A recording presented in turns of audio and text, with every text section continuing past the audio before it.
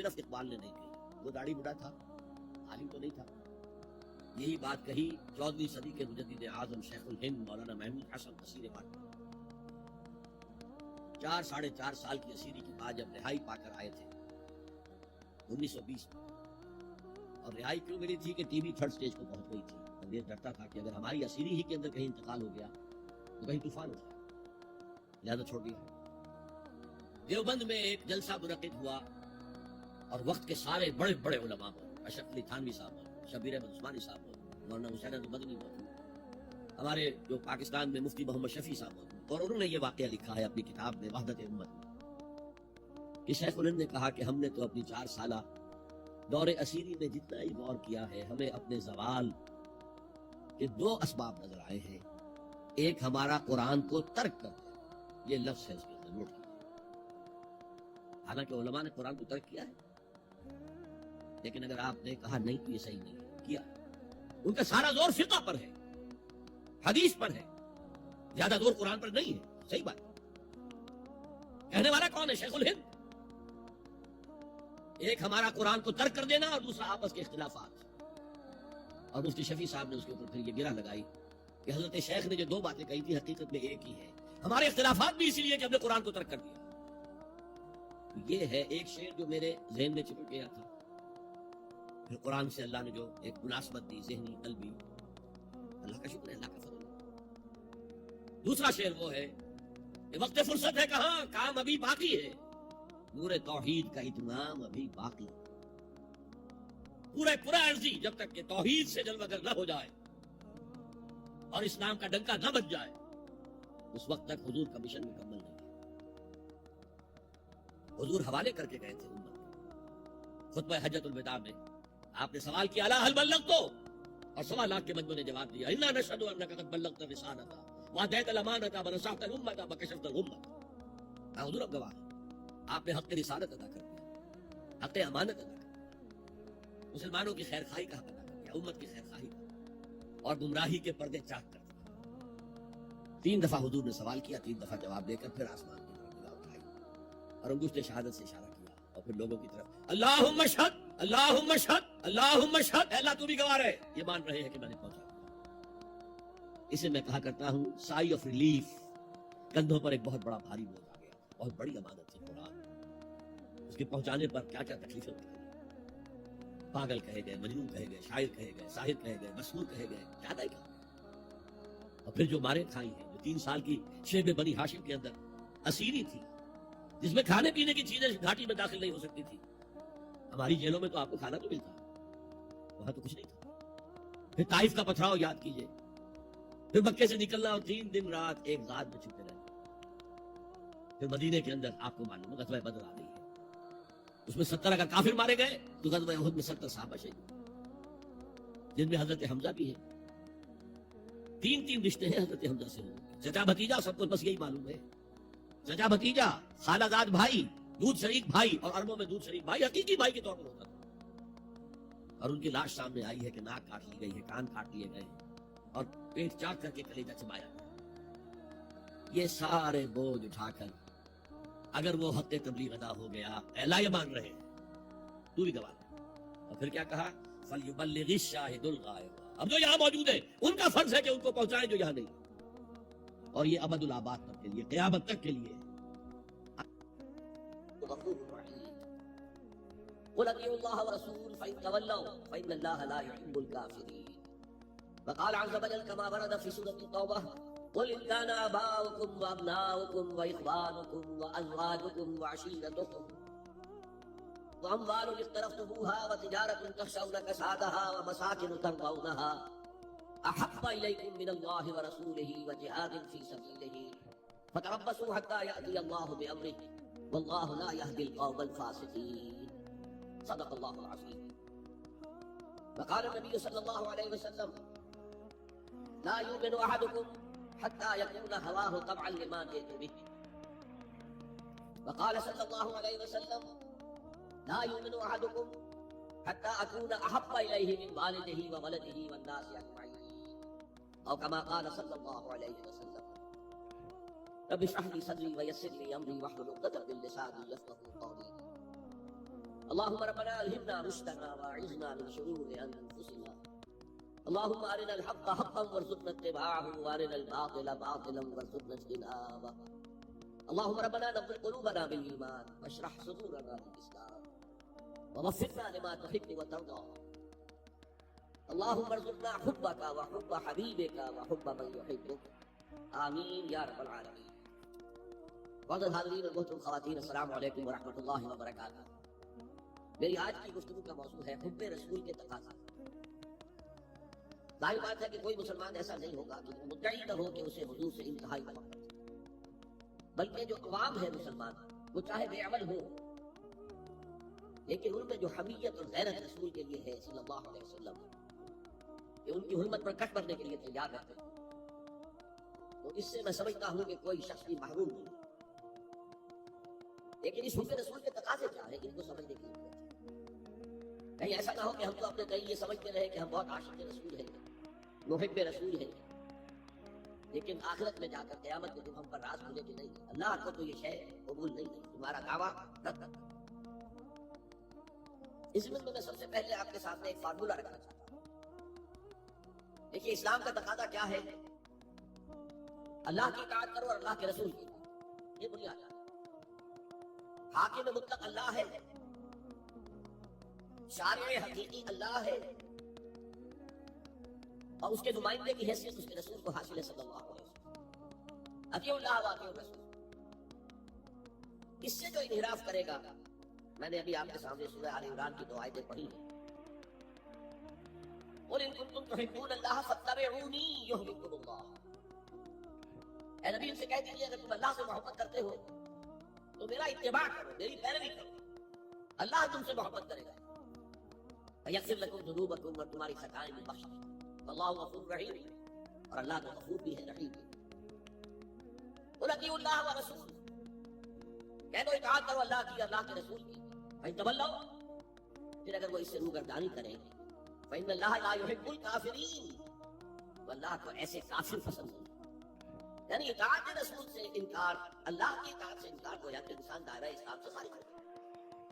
کبھی کوئی خطا ہو جائے، غلطی ہو جائے، گناہ کا صدور ہو جائے، اور انسان فوراً توبہ کر لے، فوراً رجوع کرے، پشیمانی اسے ہو جائے، عزم مصمم کر لے دوبارہ میں نہیں کروں گا، تو اللہ بخش دے۔ انما التوبۃ علی اللہ للذین یعملون السوء بجہالۃ ثم یتوبون من قریب، سورہ نساء میں فرمایا ہے اللہ کے ذمہ ہے ان لوگوں کی توبہ قبول کرنا۔ انما التوبۃ علی اللہ، اللہ کے ذمہ ہے۔ جو کہیں غلطی سے، جہالت میں، نادانی میں، جذبات سے مغلوب ہو کر کوئی غلط کام کر بیٹھتے ہیں لیکن فوراً توبہ کرتے ہیں، اللہ کی جناب میں رجوع کرتے ہیں، فوری توبہ اگر ہو جائے تو فوراً اللہ تعالیٰ کی مغفرت جو ہے ٹھانک۔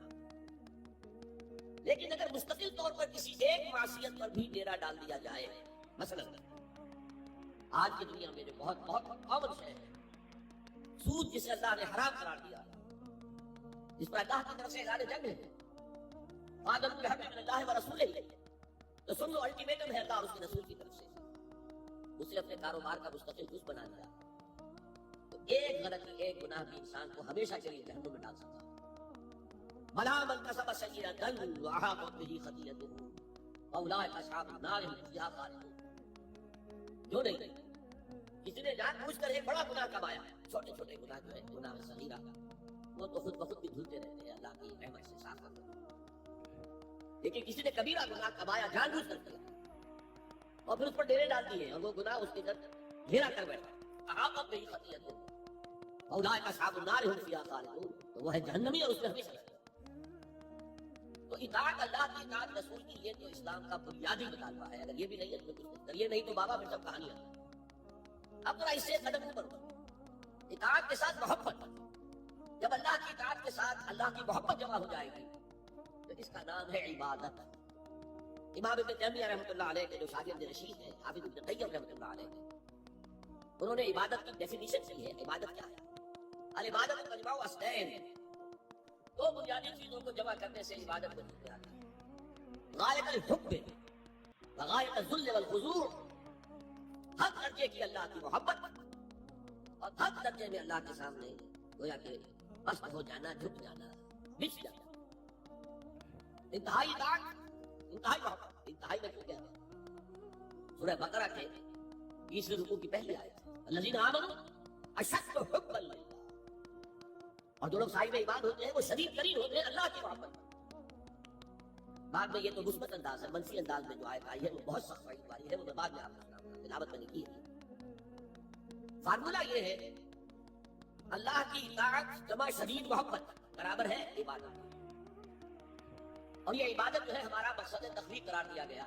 سورہ ذاریات کی یہ آیت آپ کے صدرات کے علم میں ہوگی، وما خلقت الجن والانس الا ليعبدون، میں نے جنوں اور انسانوں کو نہیں پیدا کیا مگر صرف اپنی عبادت کرنے۔ یہ ہمارا مقصد تخلیق ہے۔ اس میں سے اطاعت والے حصے کا کی صحیح ترجمانی کی شیخ سعدی رحمۃ اللہ علیہ نے، زندگی آمد برائے بندگی، زندگی تو آئی ہے اطاعت کے لیے، بندگی کے لیے، غلامی کے لیے، عبودیت کے لیے۔ زندگی آمد برائے بندگی، زندگی بے بندگی شرمندگی، اگر اللہ کی بندگی ہی نہیں ہے تو سراسر شرمندگی نہیں ہوگی۔ تو اللہ تعالیٰ کی عبادت جس کے لیے ہمیں پیدا کیا گیا، اسی کی دعوت تمام رسولوں نے دی۔ یا قوم اعبدوا اللہ ما لکم من الہ غیرہ، اے میری قوم کے لوگوں اللہ کی عبادت کرو، تمہارا کوئی معبود اس کے سوا نہیں۔ حضرت نوح کی دعوت بھی یہی تھی، حضرت ہود کی بھی یہی تھی، حضرت صالح کی بھی یہی تھی، حضرت شعیب کی بھی یہی تھی۔ بس فرق کیا ہے کہ پہلے رسول آتے تھے اپنی اپنی قوموں کی طرف سے، لہذا آپ کو ان رسولوں کے ذمن میں ملے گا یا قوم اعبدوا اللہ ما لکم من الہ غیرہ، اے میری قوم کے لوگوں اللہ کی عبادت کرو، اللہ کی بندگی کرو، اللہ کی پرستش کرو، اسی کو اپنا محبوب اصلی بناؤ اور اس کے ہر حکم کی اطاعت کرو۔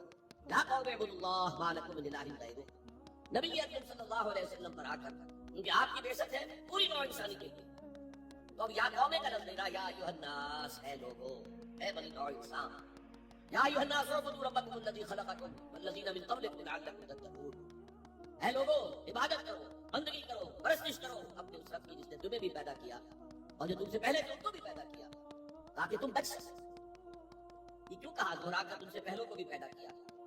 اس لیے کہ اکثر و بیشتر گمراہ لوگ مشرکین کیا کہتے تھے اپنے رسولوں سے کہ ہم تو بس بھی اپنے آباء و اجداد کے راستے پر چلیں گے، ماں وجدنا علیہ آباءنا، جس طریقے پر جس طرز عمل پر ہم نے اپنے آباء و اجداد کو پایا ہے ہمیں اسی پر چلنا ہے۔ تو واضح کر دیا تم بھی مخلوق ہو وہ بھی مخلوق تھے، تم بھی انسان ہو وہ بھی انسان تھے، تم سے بھی غلطی ہو سکتی ہے مجھ سے بھی ہو سکتی ہے۔ لہٰذا یہ اصول نہیں ہے کہ جو بھی آباء و اجداد کی ریتیں ہیں، رسمیں ہیں، طریقے ہیں اور جو ان کے عقیدے ہیں انہیں کو آپ لے کر چلیں، بلکہ آپ تلاش کریں صحیح عقیدہ کیا ہے، صحیح زندگی گزارنے کا طریقہ کیا ہے، اس پہ اختیار کریں۔ یا ایھا الناس اعبدوا ربکم الذی خلقکم والذین من قبلکم لعلکم تتقون، تاکہ تم بچ جاؤ جہنم کی آگ سے۔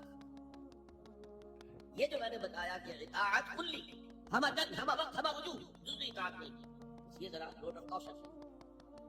اگر ہم اللہ کا ایک حکم مانیں گے ایک نہیں مانیں گے، یہ جزوی اطاعت ہے، یہ اللہ کو قبول نہیں ہے۔ اللہ کی طرف سے بھی یوں سمجھیے کہ پیکج ڈیل ہے، ایک ہی ڈیل لینا ہے تو پورا لو ورنہ دفعہ۔ اللہ کو تمہاری ضرورت نہیں ہے، تمہیں اللہ کی۔ یا ایھا الذین آمنوا ادخلوا فی السلم کافہ، اے ایمان والو اسلام میں داخل ہونا تو پورے کریں، ادھورے نہیں۔ اور سورہ بقرہ کی آیت نمبر 85 کے اندر جو وعید آئی ہے، افتؤمنون ببعض الکتاب وتکفرون ببعض، کیا تم ہماری کتاب ہماری شریعت کے کچھ حصے کو مانتے ہو اور اس کو رد کرتے ہو؟ فما جزاء من یفعل ذلک منکم، تو جو کوئی بھی تم میں سے یہ روش اختیار کریں گے ان کی کوئی سزا اس کے سوا نہیں ہے، کان کھول کر سنیے، ان کی کوئی سزا اس کے سوا نہیں ہے کہ دنیا میں ذلیل و خوار کر دیے جائیں اور قیامت کے دن یردون الی اشد العذاب، شدید ترین عذاب میں جھونک دیے جائیں۔ وما اللہ بغافل عما تعملون، اللہ غافل نہیں ہے، بے خبر نہیں ہے، لا علم نہیں ہے اسے کہ تم کر رہے ہو۔ تم اپنی داڑھیوں کے طول سے اللہ کو دھوکہ نہیں دے سکتے، تم اپنے پاجاموں کو ٹخنوں سے اوپر رکھ کے اللہ کو دھوکہ نہیں دے سکتے کہ تم بہت متبع رسول ہو، تم اپنے عمروں اور حجوں سے اللہ کو دھوکہ نہیں دے سکتے، اللہ کو معلوم ہے کہ حرام کی کمائی سے حج کیا ہے، حرام کی کمائی سے پورا کیا ہے۔ تو یہ جو جزوی اطاعت ہے کوئی اطاعت اللہ کو قبول نہیں۔ آدمی سوچتا ہے کہ چلیے میں نے یہ کام اچھے کیے، یہ برے کیے، مجھے اچھے کاموں کا کچھ کریڈٹ بھی تو ملنا چاہیے نا، لیکن نہیں، اللہ کہتا ہے جزوی اطاعت منہ پر دینے والی ہے، اور جو دنیا کی سزا ہے وہ تو ہم اپنی آنکھوں سے دیکھ رہے ہیں۔ 130، 140 یا 150 کروڑ مسلمان دنیا میں، اندازہ کیا، لیکن ہماری رائے کی کوئی اہمیت ہے؟ بین الاقوامی معاملات میں کوئی ہم سے مشورہ دیتا ہے کہ آپ کا کیا خیال ہے؟ کشمی فرصت کے بھیا 30 کی، ایسے بھی ملک یہ کہنا چاہیے اب تو ان کا حال بدلا ہے، دولت کے بعد ان کے پاس ان کا مذاق ہوتا تھا مغربی ممالک، تو چاہے سعودی بادشاہ ہو اور چاہے وہ UAE کے امیر ہو، مذاق ہوتا تھا۔ کوئی حیثیت نہیں۔ حالانکہ کتنا بڑا رقبہ ہے انڈونیشیا کے آخری جزیروں سے لے کر موریٹانیا تک سالڈ اسلامی آباد مسلمان آباد۔ آپ کہیں گے کہ یہ بھارت جو ہے اس میں تو اکثریت تو نہیں ہے، لیکن 15 کروڑ یا 18 کروڑ تو آدمی یہاں موجود ہیں، لیکن کوئی عزت کوئی حیثیت دنیا بھی بین الاقوامی سطح باقی یہاں بھی ہیں لوگ کھاتے پیتے لوگ ہیں، یہ اپنی عزت ہے اپنے معاشرے کے اندر، لیکن بحثیت امت بحثیت قوم کیا حیثیت ہے؟